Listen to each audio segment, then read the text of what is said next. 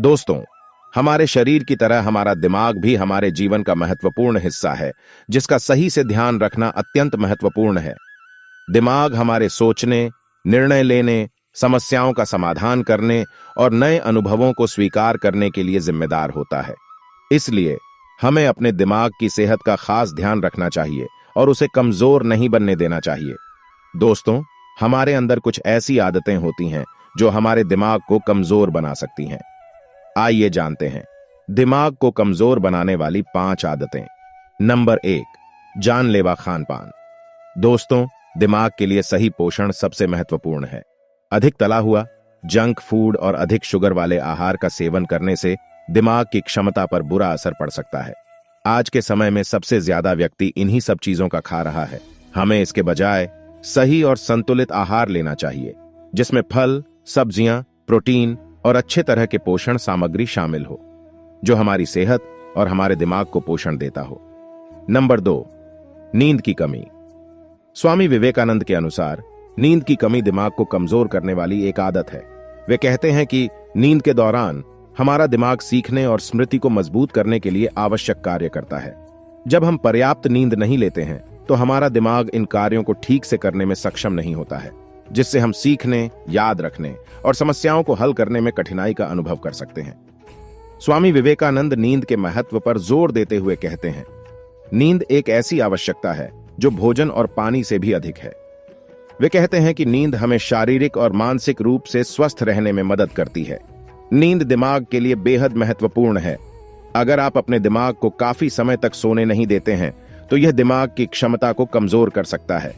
आपको यह सुनिश्चित करना चाहिए कि आप रात में कम से कम 6 से 7 घंटे की अच्छी नींद प्राप्त करें। स्वामी विवेकानंद का मानना था कि नींद एक महत्वपूर्ण जीवन शक्ति है, जिसे हमें संरक्षित करना चाहिए। उन्होंने कहा, नींद वह भोजन है जो हमारे शरीर और दिमाग को पोषण देता है। नंबर 3, स्मार्टफोन और इंटरनेट का अधिक उपयोग।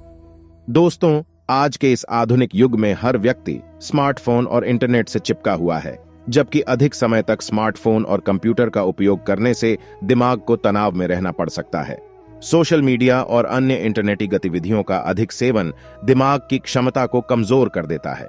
दोस्तों, स्मार्टफोन और इंटरनेट का अधिक उपयोग दिमाग को कमजोर करने वाली एक आदत है। स्मार्टफोन और इंटरनेट का अधिक उपयोग हमें वास्तविक दुनिया से बिल्कुल अलग कर सकता है। इंटरनेट के माध्यम से जो हम देखते हैं या सुनते हैं, यह जरूरी नहीं है कि वह वास्तविक ही हो।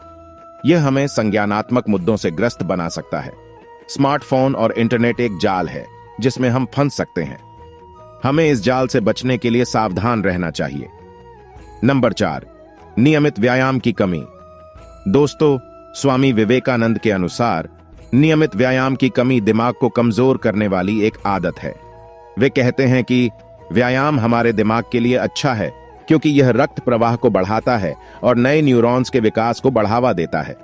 जब हम नियमित रूप से व्यायाम नहीं करते हैं, तो हमारा दिमाग कमजोर हो सकता है और हम मानसिक समस्याओं के प्रति अधिक संवेदनशील हो सकते हैं।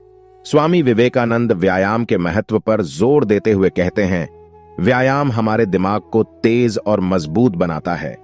वे कहते हैं कि व्यायाम हमें तनाव से निपटने और बेहतर निर्णय लेने में भी मदद करता है। अधिक बैठकर और शारीरिक गतिविधियों की कमी दिमाग को कमजोर बना सकती है। योग और व्यायाम दिमाग की सार्वजनिक स्वास्थ्य को सुधारने में मदद कर सकते हैं और तनाव को कम कर सकते हैं। नियमित व्यायाम मस्तिष्क को अधिक केंद्रित होने में मदद करता है। जब हम नियमित रूप से व्यायाम नहीं करते हैं, तो हमारे दिमाग में ध्यान केंद्रित करने की क्षमता कम हो सकती है, जिससे एकाग्रता में कठिनाई हो सकती है। नंबर 5, तनाव और चिंता। स्वामी विवेकानंद के अनुसार तनाव और चिंता दिमाग को कमजोर करने वाली आदतें हैं। वे कहते हैं कि तनाव और चिंता हमारे दिमाग पर नकारात्मक प्रभाव डाल सकती है, जिससे हम सीखने, याद रखने और समस्याओं को हल करने में कठिनाई का अनुभव कर सकते हैं। स्वामी विवेकानंद तनाव और चिंता के बारे में चेतावनी देते हुए कहते हैं, तनाव और चिंता हमारे दिमाग को जहर देती हैं। वे कहते हैं कि हमें तनाव और चिंता को कम करने के लिए कदम उठाने चाहिए, ताकि हमारा दिमाग स्वस्थ और मजबूत रहे। योग और मेडिटेशन जैसी तंत्रिक तकनीकें तनाव को कम करने और मानसिक शांति प्राप्त करने में मदद कर सकती हैं। तनाव और चिंता मानसिक स्वास्थ्य समस्याओं जैसे कि अवसाद और मनोविकृति के विकास के लिए जोखिम कारक हो सकती हैं। दोस्तों, स्वामी विवेकानंद का मानना था कि हमें तनाव और चिंता से निपटने के लिए स्वस्थ तरीके खोजने चाहिए। उन्होंने कहा, हम तनाव और चिंता को अपने जीवन में नियंत्रण करने नहीं दे सकते हैं। दोस्तों, समय की बर्बादी और अव्यवस्थित जीवन दिमाग की क्षमता पर बुरा प्रभाव डाल सकते हैं। हमें अपने समय का सही तरीके से प्रबंधन करना चाहिए और अपने लक्ष्यों की प्राप्ति के लिए समय का सही इस्तेमाल करना चाहिए। दोस्तों, इसी तरह और भी मोटिवेशनल वीडियो देखने के लिए आप हमारे चैनल को लाइक करें, शेयर करें और सब्सक्राइब करें। धन्यवाद।